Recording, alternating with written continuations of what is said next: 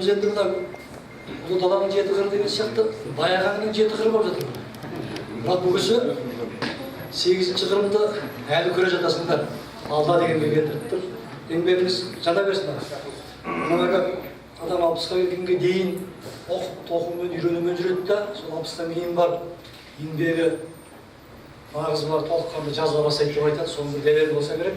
Бүгінгі мынау жеті кітаптың бірден тұсауы кесілген үлкен оқиға расында. Енді мына кітапты тікелей талдауға көшейін. Маған тиесілі кітап балбалдар мен кешендер. Яғни өздеріңіз көріп отырсыздар, мынау ежелгі түркі дәуіріне тән, яғни 5-ші және 9-ші ғасыр аралығында ұлы даланың төсінде мына Орханнан Хазар теңізі, яғни Каспий теңізі аралығына дейін таралған тас ескерткіштер, көне ескерткіштер, балбалдар, бәдіздер, сымтастар деп аталатын үлкен артефактілерге ғылыми тілде айтқанда соған арналады. Баяғыда Нұрмағали Нұрғалиев деген аға айтты деген, Қажыбай Сартқожаұлы деген кісі 2000 бас кезінде сол Байнагүйден қоныс аударып Евразия университетіне келіп орналасып отырған кез айтты деген. Тасқа табынған керейін келдің ба деп айтты дейді. Соғысы тағы да міне тағы бір керей тас туралы жақсы еңбек айтып отыр ғой. Енді былай ойлаймыз ғой кейде шіркін-ай деп, мынау тіл бітіп сөйлеп келетін болса, мынау балбал, бәдіз, сымтас, бұғтас сияқты басқадай мынау ескерткіштер ілкіде ойып тұрып, өз орнын белгілеп кеткен әйгілі бабаларымыздан қалған қатқа белгісіз артефактілер емес пе деп. Қазіргі кезде әсіреденшілдікке бой ұрған соқыр сенің иелері көбейіп отырған тұста білесетін ойласаңыз осындай ғылыми көпшілік еңбектердің, тіпті мақалалардың, басылымдардың осы тәрізді альбом кітаптардың таралуы жалпақ жұртқа ежелгі түсінікпенен наным сенің арасындағы байланысты бір жақсы түсіндіретін, көрнекі түрде түсіндіретін үлкен оқу құралы болады деп есептейміз. Енді осы жерде айта кететін дүние әрине археологияда, тарихта фетишизм деген бар. Жаңа жоғарыда айтқандай тасқа табыну деген сияқты. Ол бажайлап тереңірек өлген кісіге көп діншілдер кейде жақтырмай қалады, тарихи тұрғыда материал айтсақ. Ол мысалы жаңағы фетишизм исламда да бар. Басқаша сипатпен келтіреді. Сол көне түркі мәдениеті көріп отырсыздар альбомдардағы. Соның тіпті бастамасы емес пе керек болса. 5-ші ғасырдан бастап мынау салынған ескерткіштердегі адам бейнесі, жаңағы балбалдардағы әйелдің киіп отырған кимешек шылауышы, тек қана сол жаңағы біздің кимешек шылауышты қазіргі хиджаб деп тек қана исламмен байланыстырғысы келіп жүретіндерде бұл жауап емей.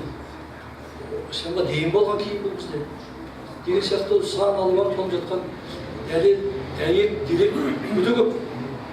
Сондайға жаңағы елдің қолына тиетін көрнекі түрде визуалды материалдар, жаңа басында ағамыз дұрыс айтты, қазіргі қауым арасында оқығаннан гөрі визуалды, виртуалды материалды жақсы көреді. Сонымен түсінікті болады. Соны көп сөзбенен бір кітапты жазып жатпай-ақ, 2-3 суретпен ақ көрсетуге қазіргі заманның талабы солай сияқты. Сол тұрғыда еңбек жазған Баяхмет ағамызға көп рахмет әрине. Қысқаша тоқтала кетейін енді. Балбал деген жалпы көне түркі сөзі екен. Соғу, қағу, ұру дегенді білдіреді. Түркі ұлттары бұны тасты тіп-тік етіп қадап орнатқан белгілер дейді. Олар енді ғұрыптық кешендердің семантикалық ғұрыптардың бейнесі. Яғни жылым беру кезінде, ас беру кезінде басқа тайпалардың сүйектердің, сүйек деген не? Оның ішінде ұсақ тарамдар ғой. Осыларды орнатып жасатып әкеп, қадап кеткен тастар деп есептеледі. Бәдіз дегенде сол тағы бір атауы, сымтас дегенде бір атауы бар. Яғни марқұмға арналған ескерткіш. Жаңағы жылына дейін басын көтеріп қоятын сияқты. Ол кезде де солай. Жылына дейін жаңағы тасты жасатып әкеліп, орнатып кету болған. Яғни ас беру кезінде орнатылатын ескерткіштер қатарына жатады. Алайда бұл адам бейнелі ескерткіштер енді 9-ші ғасырдан бастап арасында ислам дінінің енуіменен тас қашау, өнері басқаша мәнге ие бола бастаған. Бұл жерде еңбекте жақсы айтылады. Яғни адам бейнесімен бірге аң жануарлардың арыстан, бөрі, киік, қошқар, қой және тағы басқа жануарлардың тас бейнелері салынуға, әсіресе 12-ші ғасырдан бастап кәдімгідей тыйым салынған. Оның орнын кейінгі замандарда сағара тастар ауыстырған туралы жақсы мәлімет айтылады бұл жерде. Енді мен жаңа 8 қырлы деген сияқты осы кітаптың 8 түрлі бір артықшылығын атай кетейін, қысқа ғана уақыттарыңызды көп ала бермейін.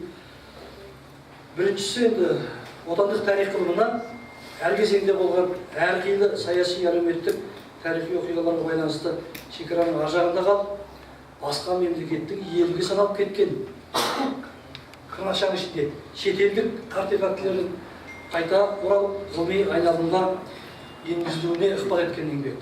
Келесі, еңбекке қамтылған ескерткіштердің жағрапиялық ауқымы өте кең. Атап айтқанда Сібір мен Орталық Азиядағы түркі дәуіріне тән көне ескерткіштер қамтылып, тарихи мәдени семантикасының ортақтығы жақсы сарапталған.